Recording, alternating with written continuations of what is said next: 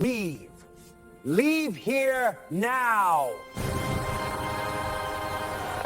Park Sung-jae had humiliated Betty Nelson in front of Seoul's most powerful families, accused her of betrayal, ended their relationship on his mother's command. He believed she deserved it. Then, 1 year later, he saw her in a market with twin toddlers. And the boy had his eyes. Not similar eyes. His exact eyes. The amber gold that proved Park bloodline. Which meant the woman he destroyed had been innocent. And pregnant.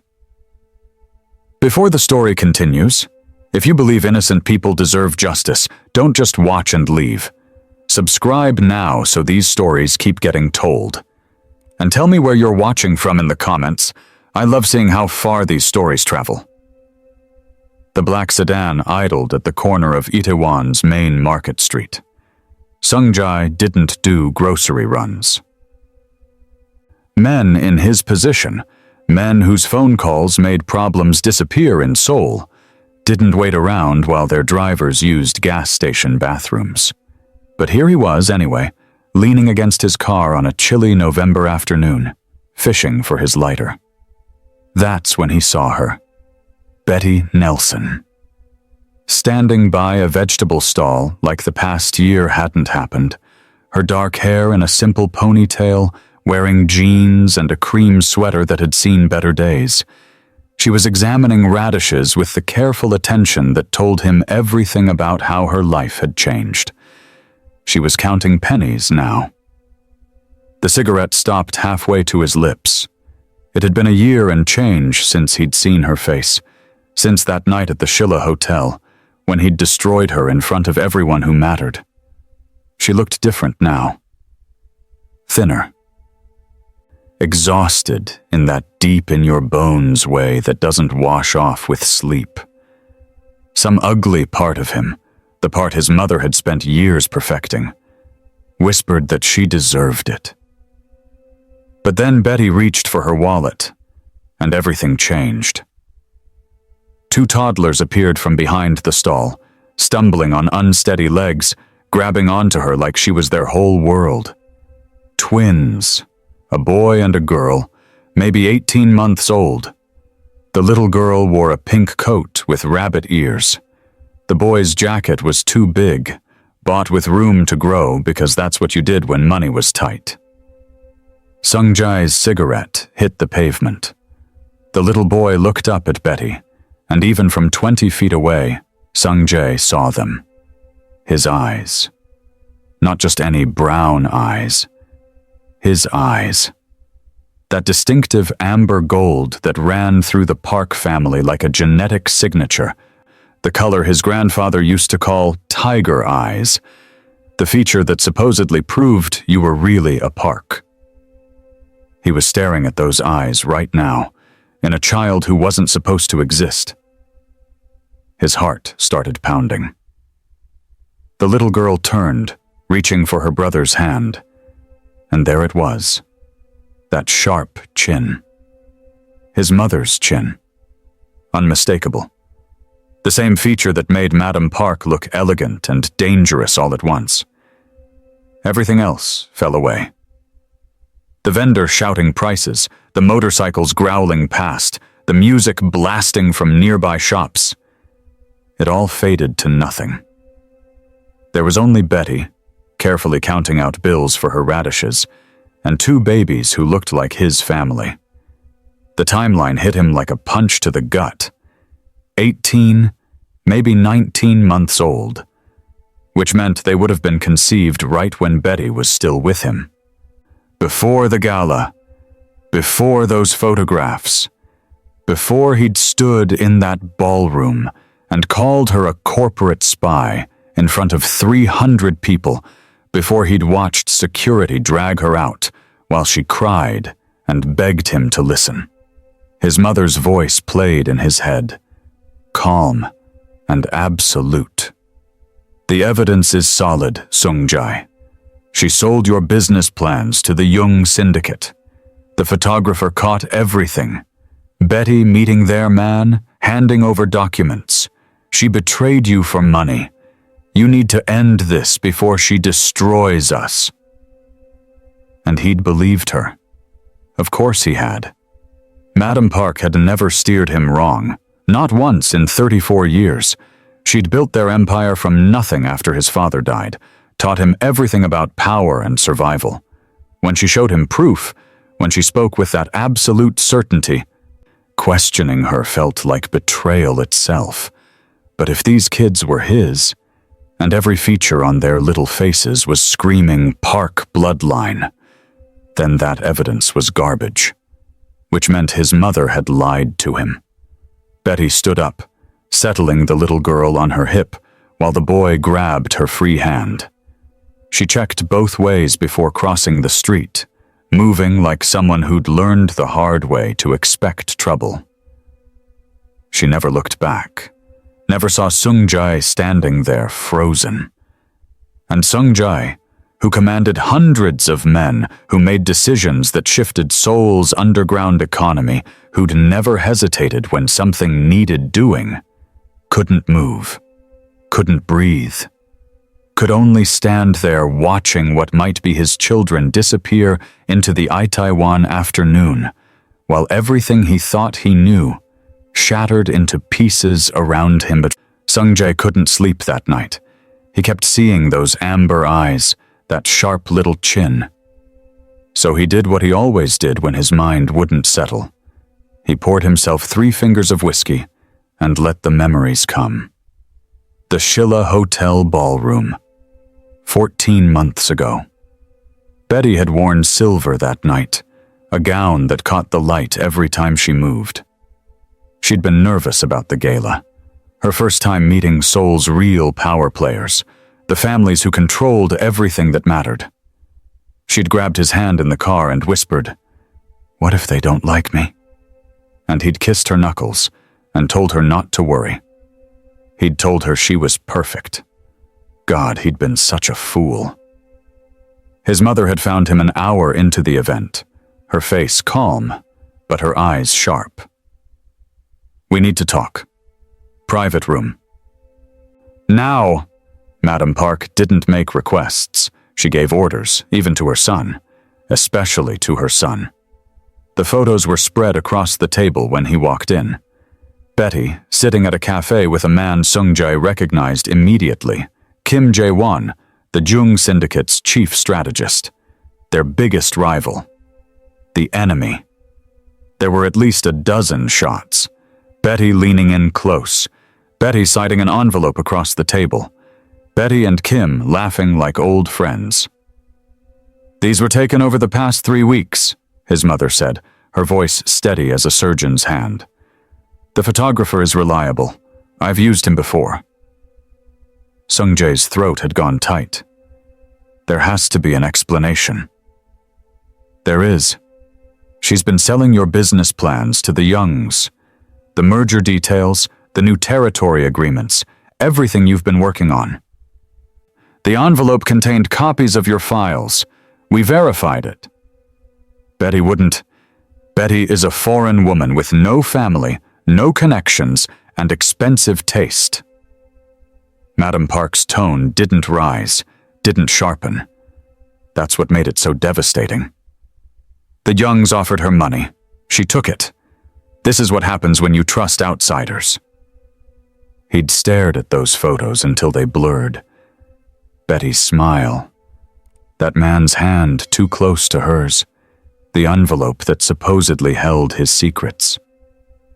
"What do you want me to do?" His voice had sounded hollow even to himself.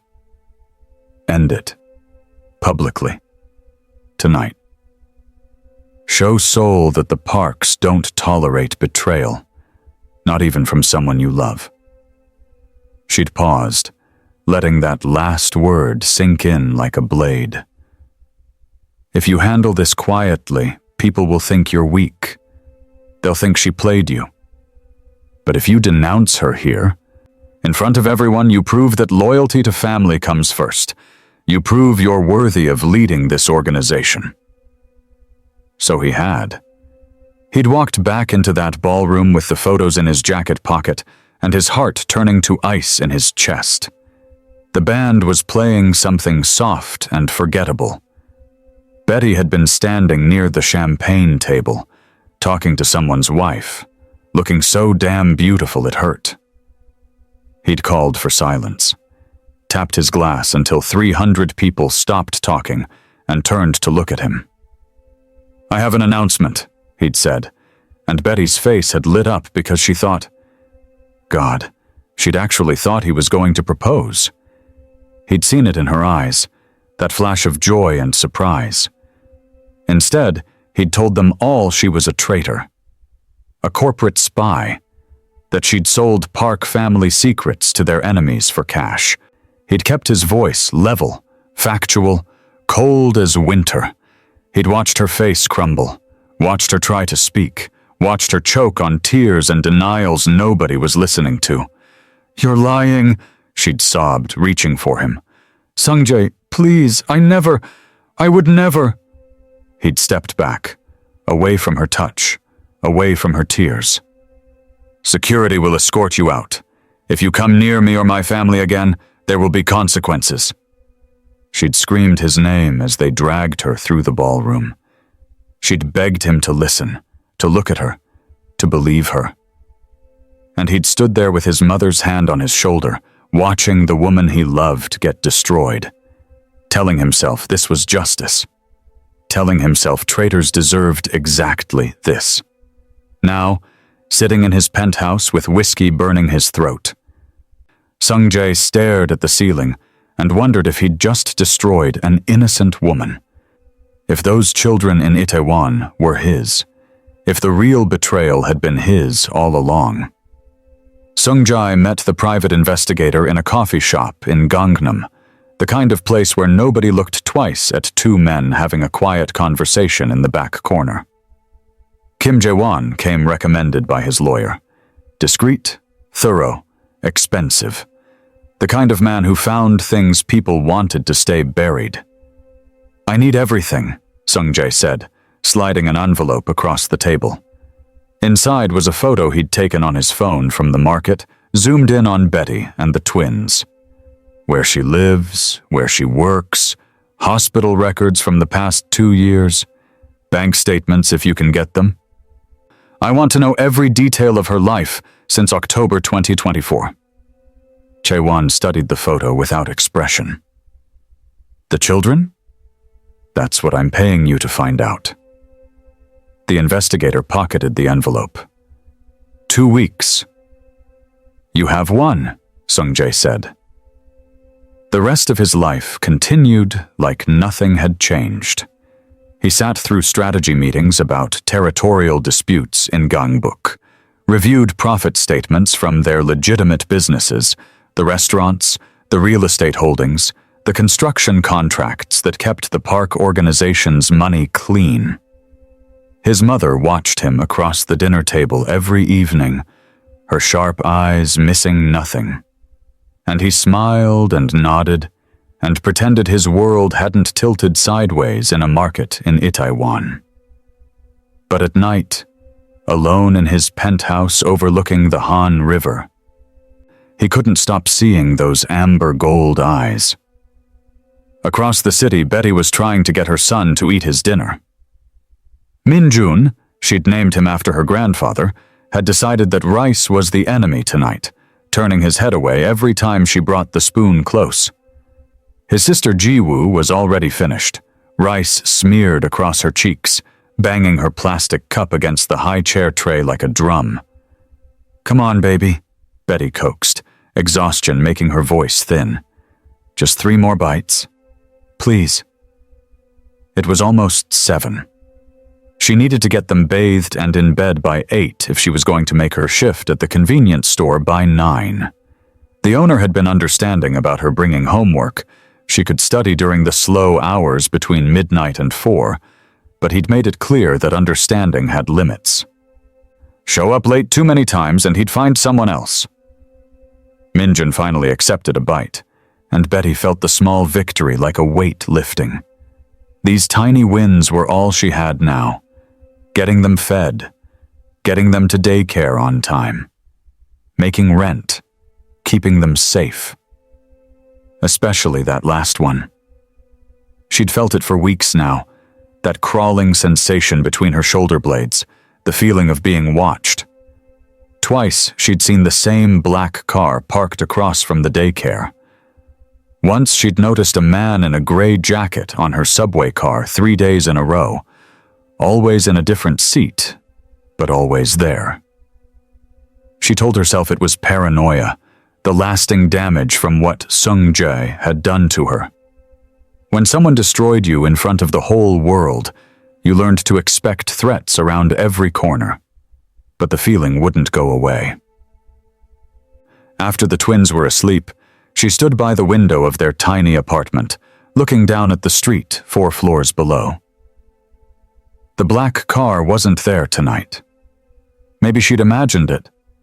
Maybe her mind was just broken in ways she didn't want to admit. Her phone buzzed. A text from Mrs. Kim, the neighbor who watched the twins during Betty's night shifts. "Running late tomorrow. Can you drop them at 8:45 instead of 8:30? Betty typed back a quick agreement, calculating in her head. She'd need to take an earlier train, which meant less sleep.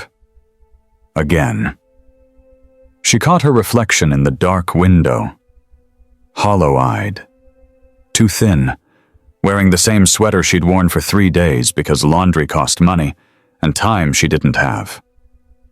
A year ago, she'd been planning a wedding. She'd had a career, an apartment in a nice neighborhood, a future that looked bright. Now she had 2 babies who deserved better than this, a mother's love that had to be enough, and the constant fear that somehow, someday, Sung-jae would find out what she'd been hiding, that he'd take the only things she had left. She checked the locks on the door one more time before climbing into bed. 4 blocks away, in his car outside her building, Kim Jae-won made notes in his leather portfolio and took another photograph of her darkened window. Madam Park was reviewing quarterly reports in her private study when the call came through. Not on her regular line. On the other one, the phone only 5 people knew existed.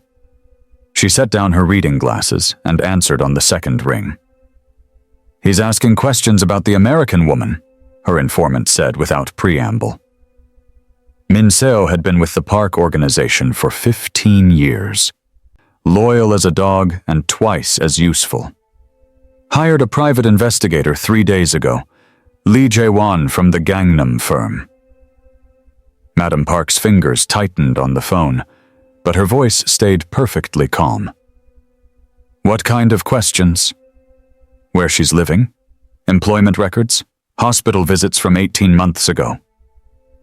A pause. "He's looking for birth records." She hung up without another word and sat very still in the leather chair that had been her husband's once, back when he was alive, and she was just the pretty wife who smiled at parties. That chair had taught her everything she needed to know about power, mainly that you took it or you died without it. Sung-jae was asking questions. Her son, her carefully crafted weapon, was suddenly developing a conscience. She'd known this might happen eventually, had planned for it, actually, the same way she planned for every possible threat to the empire she'd built from her husband's bloody leftovers. But she'd hoped for more time. The marriage to the Choi heiress was only 6 months away, the merger that would make the park organization untouchable finally within reach. 6 more months, and it wouldn't have mattered what Sung-jae discovered, because he'd be legally bound to Korea's 3rd largest chaebol family. Madam Park rose and walked to the window overlooking Seoul's glittering skyline. Somewhere out there in those cheaper neighborhoods, Betty Nelson was probably putting those children to bed, singing lullabies or whatever it was mothers did, playing house with the grandchildren Madam Park would never acknowledge. She'd seen the American woman exactly twice before deciding she had to go. The first time was at some charity function Sung-jae had dragged her to, Betty laughing at something he'd said, her hand on his arm, comfortable in a way that made Madame Park's stomach turn. Pretty enough, she'd supposed. Educated, but soft. Weak. The kind of woman who believed love mattered more than legacy. The second time was worse.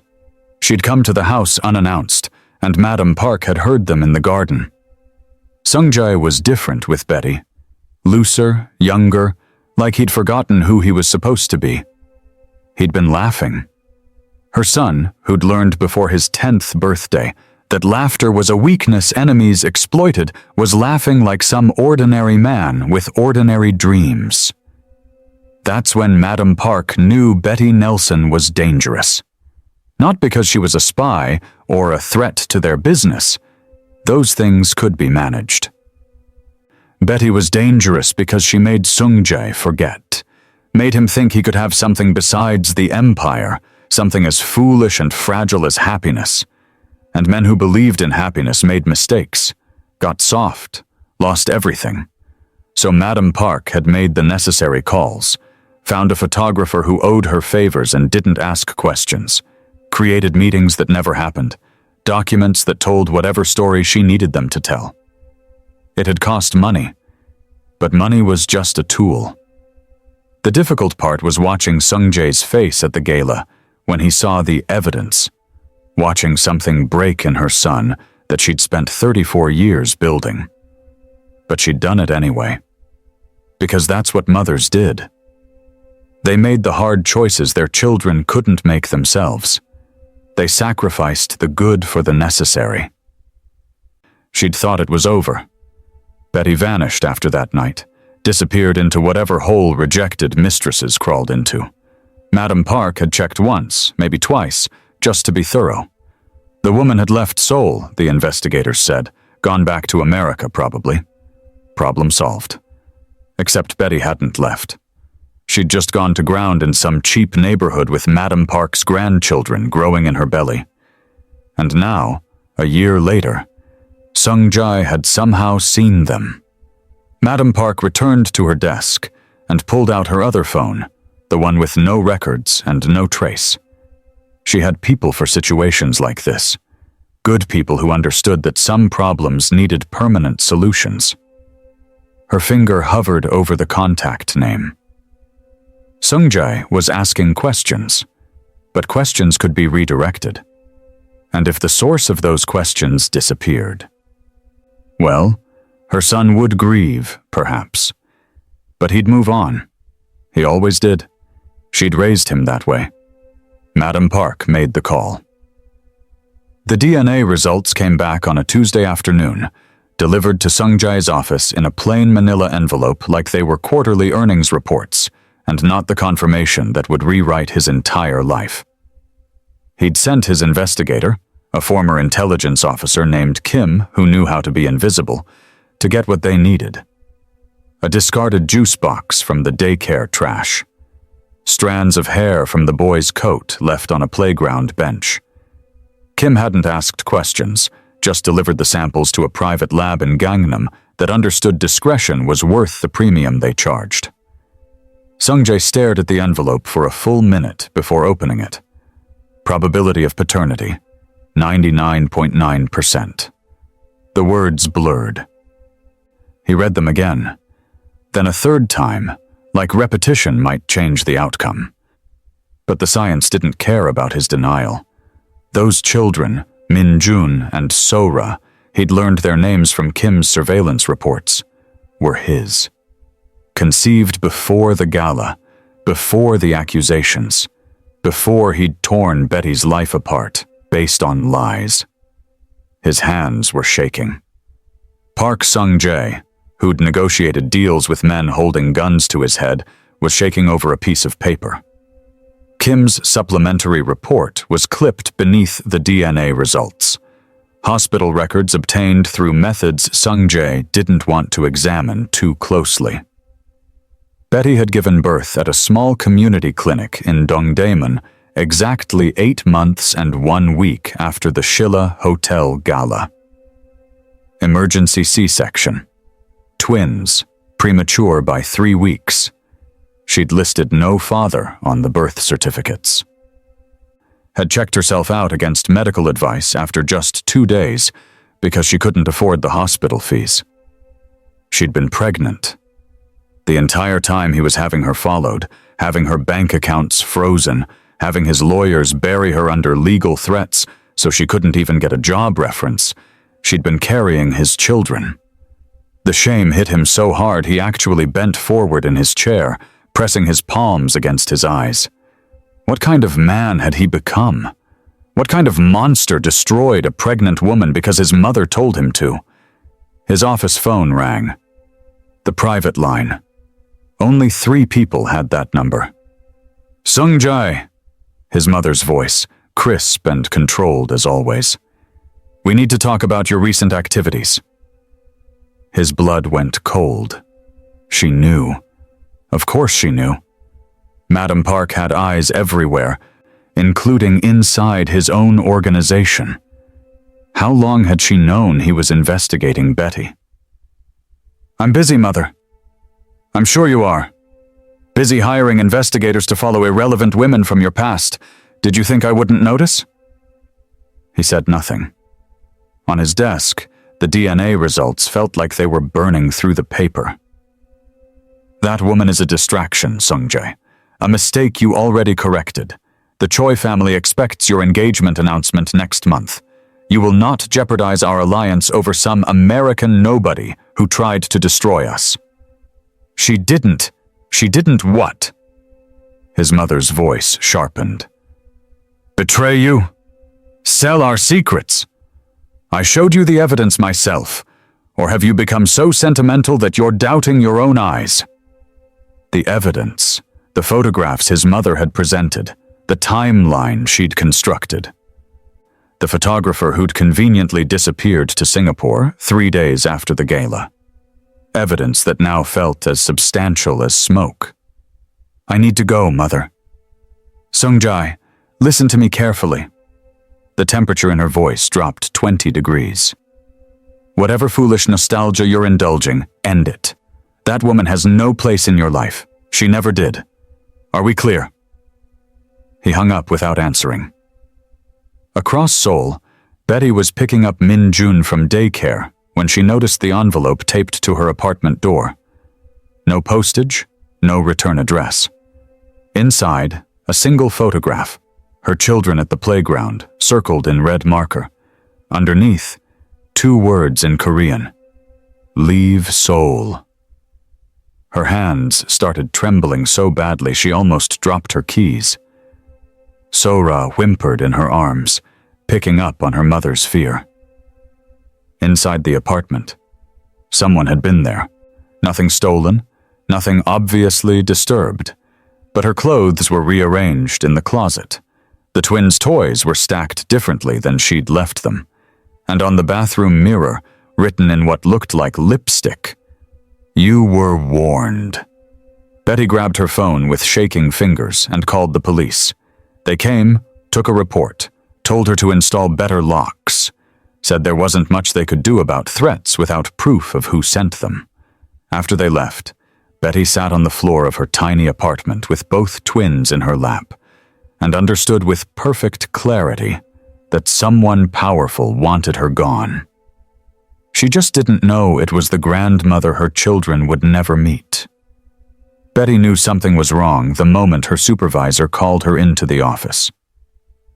Manager Kim had that look, the one people get when they're about to do something they don't want to do, but have already decided they're going to do anyway. We've received some complaints, Manager Kim said, not quite meeting her eyes. About your performance. Betty's stomach dropped. Complaints? From who? Anonymous feedback from clients. Multiple instances. Manager Kim slid a folder across the desk, but kept her hand on it like she didn't really want Betty to look. I'm sorry, Betty. Corporate is requiring us to let you go. The folder was thin. Too thin for multiple instances of anything. Betty had worked the night shift at the hotel for 8 months, cleaned hundreds of rooms, never missed a day even when the twins had that terrible fever last month. She'd needed this job desperately. Single mothers with no references and a year-long gap in their employment history didn't have the luxury of being picky. "Can I see the complaints?" Manager Kim's hand tightened on the folder. "Company policy. I'm not authorized to share details. I'm really sorry. You'll receive 2 weeks severance." 2 weeks. To find another job, keep the apartment, feed 2 toddlers. Betty's hands started shaking, so she folded them in her lap where Manager Kim couldn't see. She cleaned out her locker in silence, rode the bus home in a daze, and tried not to cry until after she'd picked up Min Jun and Min Seo from daycare. Mrs. Cho, the owner, had given her an odd look when she arrived, something between pity and fear, but Betty was too numb to ask about it. The eviction notice came 3 days later.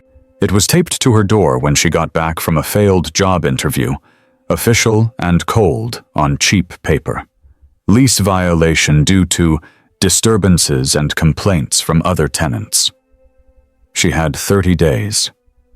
Betty stood in the narrow hallway outside her apartment, Min Seo balanced on her hip, Min Jun holding her hand, and read the notice twice. There had been no disturbances. She barely made noise, kept the twins quiet, didn't even own a TV. Their apartment was on the end, away from everyone else.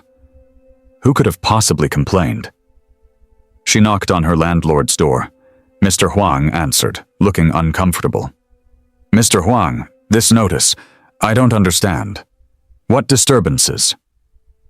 He wouldn't look at her directly. "I received complaints, and I received an offer, a very generous offer to buy out your lease." "An offer? From who?" "I don't know. It came through a lawyer. They didn't give a name." He shifted his weight. "Look, Miss Nelson, I'm not trying to cause trouble for you, but that's a lot of money, and you're month to month anyway. I think maybe you should consider finding somewhere else." The next morning, Betty noticed the car. Black sedan, tinted windows, parked across from the daycare. It was still there when she dropped off the twins, and when she came back 2 hours later after another fruitless job search, it hadn't moved. The driver was just sitting there, watching. Her hands went cold. She took a different route home, checking behind her every few minutes. The sedan didn't follow, but she saw a different car. Dark blue, 2 men inside, parked near the subway entrance she usually used. That night, she barely slept. Every sound in the hallway made her heart race. She kept checking the locks, looking out the window at the street below. At 2 a.m., she saw another black car drift past slowly, then circle back. This wasn't random. Someone was watching her, following her. Someone with enough money to pay off her landlord, get her fired with anonymous complaints that didn't exist, send men to sit outside her children's daycare. Someone powerful wanted her gone. Betty sat on the floor of her tiny apartment, twins finally asleep in the bedroom, and felt the walls closing in. She'd survived Sung-jae's public destruction. She'd survived pregnancy alone, childbirth alone, raising twins in a country where she barely spoke the language. She'd survived by becoming invisible, by staying small and quiet and beneath notice. But someone had noticed. And this time, she didn't think survival meant running. This time, whoever was coming for her wasn't going to stop until she disappeared completely. The envelope arrived on a Tuesday morning, plain Manila with no return address, delivered by courier to Sung-jae's private office at exactly 9 a.m. He'd been waiting for it for 3 days. 3 days that felt like 3 years. And still his hands shook as he broke the seal. The laboratory letterhead was discreet, professional. The kind of place that handled paternity tests for Korea's elite and knew when to keep their mouths shut. Sung-jae's eyes skipped past the technical jargon, the genetic markers and probability percentages, searching for the only words that mattered. Probability of paternity, 99.97%. He read it twice, 3 times, as if the numbers might rearrange themselves into something different, something that wouldn't completely upend his entire existence. But they stayed exactly where they were, black ink on white paper, irrefutable. The twins were his, Park Min-jun and Park Min-seo, though Betty had probably given them different names, names that didn't carry the weight of his family's bloody legacy. His children. His son had his eyes. His daughter had his mother's chin. And he hadn't known.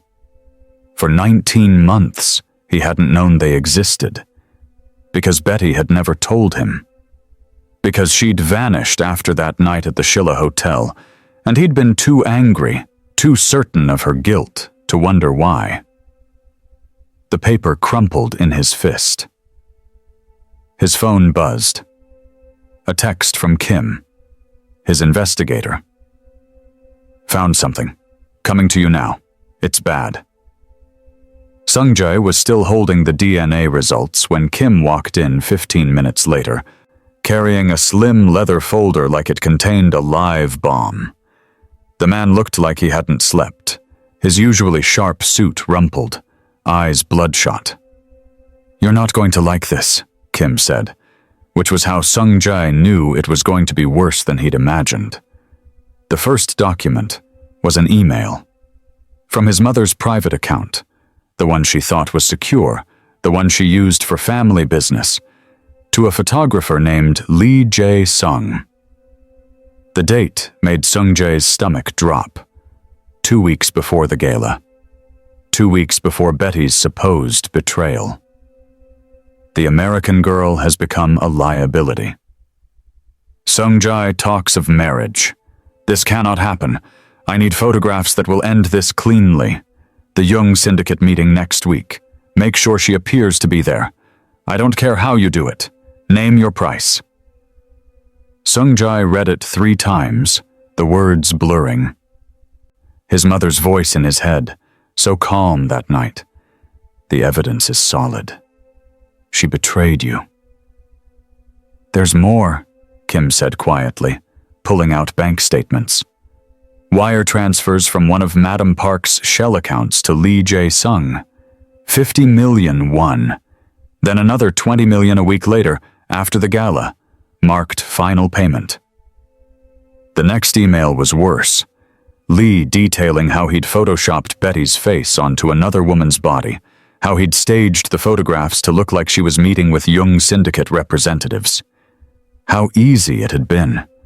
How no one would ever question the evidence because the editing was flawless. "She'll be destroyed by morning," Lee had written. "No one will believe her denials." And Sung-jae hadn't believed her. He'd stood there in that ballroom and watched her cry and beg, and he'd felt nothing but contempt because his mother had told him the truth, and his mother was never wrong. Except she had been lying. She'd manufactured the entire thing. She'd hired someone to destroy an innocent woman's life because Betty had committed the unforgivable sin of making her son happy. "There's a final email," Kim said, and his voice was shaking now. "From 3 weeks ago, after you started asking questions about Betty." Sung-jae looked at the date, right after he'd seen Betty at the market, right after he'd hired Kim to investigate. Sung-jae is searching for the girl. He cannot find out about the children. Handle this, permanently if necessary. The room tilted. Handle this, permanently. His mother had ordered Betty killed. Was maybe still planning it, even now, while Betty put those babies to bed in whatever tiny apartment she could afford, while his children, slept completely unaware that their grandmother wanted them erased. The DNA results slipped from Sung-jae's other hand, floating to the floor like a death sentence for everything he'd ever believed about honor and family and loyalty. He'd destroyed Betty for a crime she never committed. He'd abandoned his children before they were born. And his mother, the woman he'd trusted more than anyone in the world, had orchestrated all of it without a single moment of remorse. Sung-jae looked at Kim, and his voice came out like gravel. Copy everything. Every email, every payment, every shred of evidence. I want 3 sets. 1 for me, 1 for our family council, and 1 for my attorney. What are you going to do? What was he going to do? Sung-jae looked at the DNA results on his floor, at the emails proving his mother's betrayal, at the life he'd built on foundations made of lies. I'm going to burn it all down. The Park family estate sat on 3 acres in Pyeongchang-dong, where old money went to remind everyone else of their place. Sung-jae's car pulled through the iron gates just after midnight, gravel crunching under the tires like bones breaking. He'd driven himself. Didn't want witnesses for what was coming. His mother was waiting in the library, because of course she was. Madam Park didn't sleep much anymore, said sleep was for people who had nothing to protect. She sat in the leather chair that used to be his father's, a glass of whiskey catching the lamplight, looking like she'd been expecting him for hours. You have the results, she said. Not a question. Sung-jae closed the door behind him. His hand was steady, but something in his chest felt like it was tearing. 99.9% probability of paternity. The twins are mine. She took a sip of whiskey, completely calm. I assumed as much when you started asking questions. You knew. His voice came out rougher than he intended. This whole time, you knew she was pregnant. Of course I knew. His mother set down her glass with a soft click. I know everything that concerns this family, Sung-jae. It's how we've survived. The DNA report felt like it was burning through his jacket pocket. Next to it, the envelope his investigator had delivered 3 hours ago. Bank transfers, emails, photographs of his mother meeting with the man who'd fabricated the evidence. A paper trail of destruction planned with the precision of a military operation. Betty never betrayed me, he said. Those photographs, the documents, the Young Syndicate contact. You paid him to create all of it. You manufactured evidence to destroy an innocent woman. Madam Park's expression didn't change. I did what was necessary. Necessary. The word came out like a gunshot. She was carrying my children. She was a liability. His mother stood, and even at 63 she moved like a queen surveying her kingdom. An American girl with no family connections, no political value, no understanding of what our life requires. She would have made you weak, Sung-jae, soft, and soft men don't survive in our world. He stared at her. This woman who'd raised him, who'd taught him everything, who he'd trusted more than his own judgment. So you decided to play God with our lives. I decided to protect your future. She moved toward the window, looking out over the manicured gardens. The Choi marriage alliance would have positioned you perfectly. Their political connections, our operational strength. You would have been unstoppable. Instead, you were wasting time with a girl who worked in hotel management and thought love conquered all.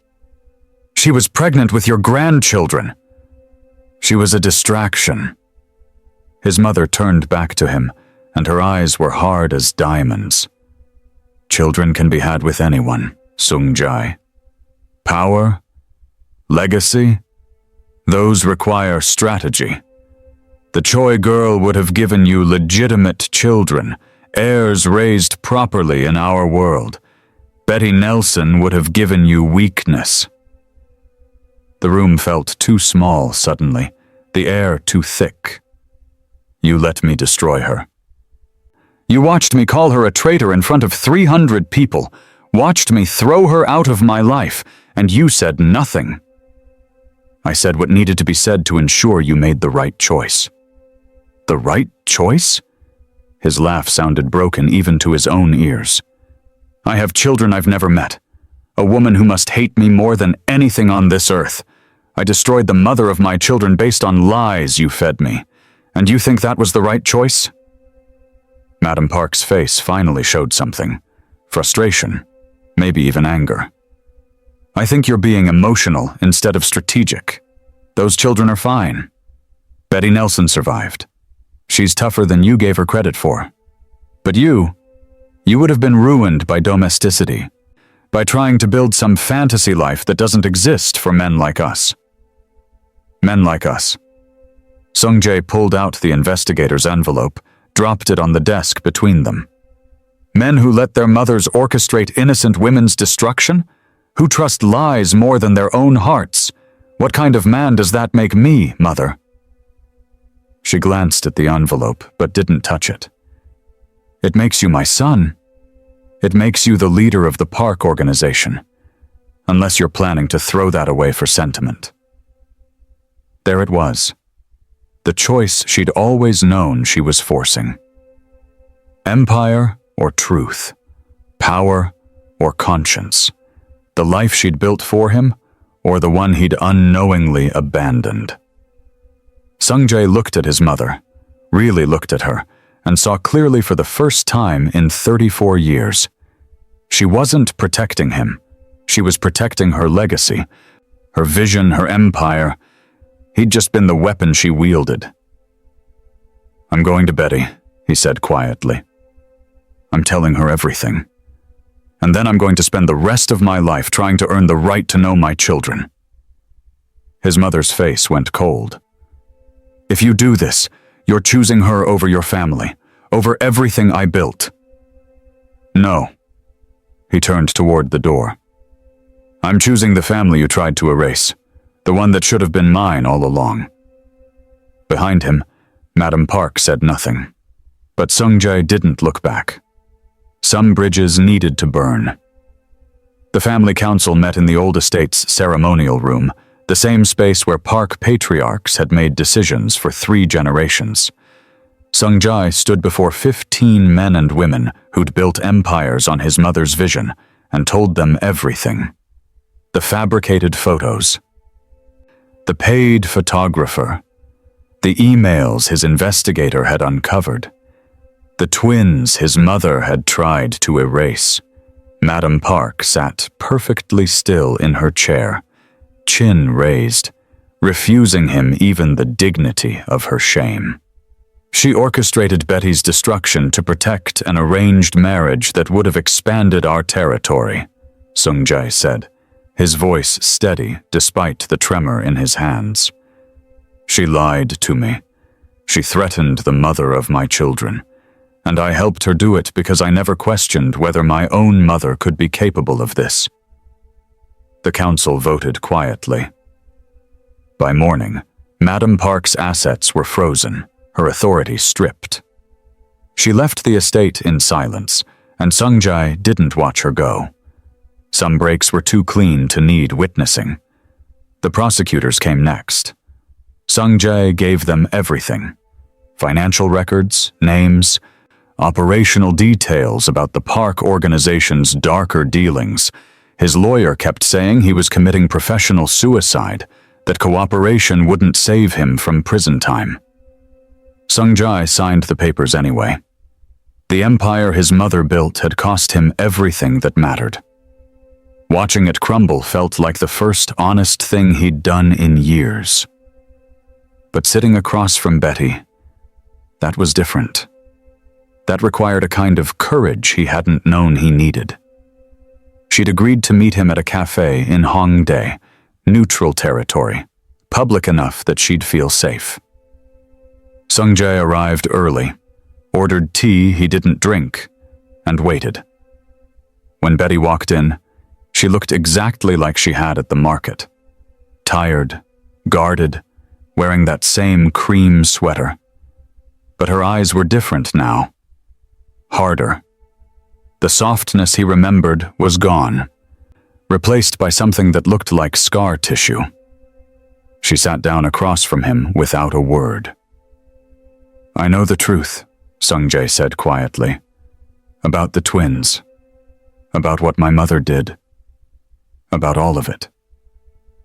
Betty's jaw tightened. Good for you. He deserved that. Deserved worse. The DNA test confirmed they're mine. But you already knew that. Of course I knew that. Her voice was sharp enough to cut. I was there when they were conceived, Sung-jae. I was also there when you called me a whore and a traitor in front of everyone I'd ever worked with. The words landed like physical blows. The evidence was fabricated. My mother paid someone to create those photos, to make it look like you were meeting with the Jung syndicate. She needed you gone because she'd arranged my marriage to the Choi family's daughter. Betty was an inconvenience. You were an obstacle. And you believed her. Betty's hands were shaking around her coffee cup. You didn't ask me. Didn't give me a chance to defend myself. You just destroyed me. I know. Sung-jae forced himself to hold her gaze. I trusted my mother more than I trusted you. More than I trusted myself. And that choice cost you everything. Silence stretched between them. Outside, students walked past, laughing, living lives untouched by the wreckage sitting in this cafe. Why are you telling me this now? Betty finally asked. Because you deserve the truth. Because our children deserve a father who isn't built on lies. He slid an envelope across the table. That's documentation of everything. The original conspiracy, my mother's confession to the family council, my cooperation agreement with prosecutors. There's also information about accounts I've set up for the twins' education, medical care, whatever they need. No strings. You don't owe me access. You don't owe me anything. Betty stared at the envelope like it might bite her. You think money fixes this? No, nothing fixes this. Sung-jae's voice cracked slightly. I humiliated you. I let them drag you out of that hotel while you begged me to listen. I spent a year believing you were a criminal while you were raising my children alone. Money doesn't touch that. I know. Then what do you want? The question hung in the air between them, weighted with a year of devastation. I want to know their names, Sung-jae said quietly. I want to earn the right to be in their lives, even if it takes the rest of mine. I want you to hate me less someday, even though I know I don't deserve that either. Betty's eyes were wet, but she didn't cry. She'd probably cried herself empty months ago. Their names are Min-jun and Ae-cha. Min-jun has your eyes. Ae-cha has your mother's stubbornness. They're beautiful. I saw them at the market. I know. Min-jun told me about the fancy man who dropped his cigarette. Something almost like humor flickered across Betty's face before dying. He notices everything. Sung-jae's chest tightened. His son had seen him, remembered him as a stranger. Can I meet them? Not now. Whenever you're ready. If you're ever ready? Betty picked up the envelope, held it without opening it. I need time. To think. To figure out if I can even stand to look at you without remembering what you did. Take all the time you need. I'll be here, Sung-jae stood, knowing he'd already pushed as far as he could. I'll be here for as long as it takes, Betty. Even if the answer is never. He walked out of the cafe into the Seoul afternoon, leaving behind the woman he'd destroyed and the fragile, impossible hope that someday, maybe years from now, she might let him be the father his children deserved. The road to forgiveness was long. Sung-jae had just taken the first step. He had a lifetime of steps remaining. So here's what I want to know. Do you think Betty should give Sung-jae a second chance? Can a man who destroyed the woman he loved ever truly earn forgiveness? And what about those twins? Do they deserve to know their father, even if he's the one who abandoned them before they were born. If you loved this story, hit that like button and subscribe for more. Share this with someone who loves a good redemption story. I'll see you in the next video. Thank you so much for watching.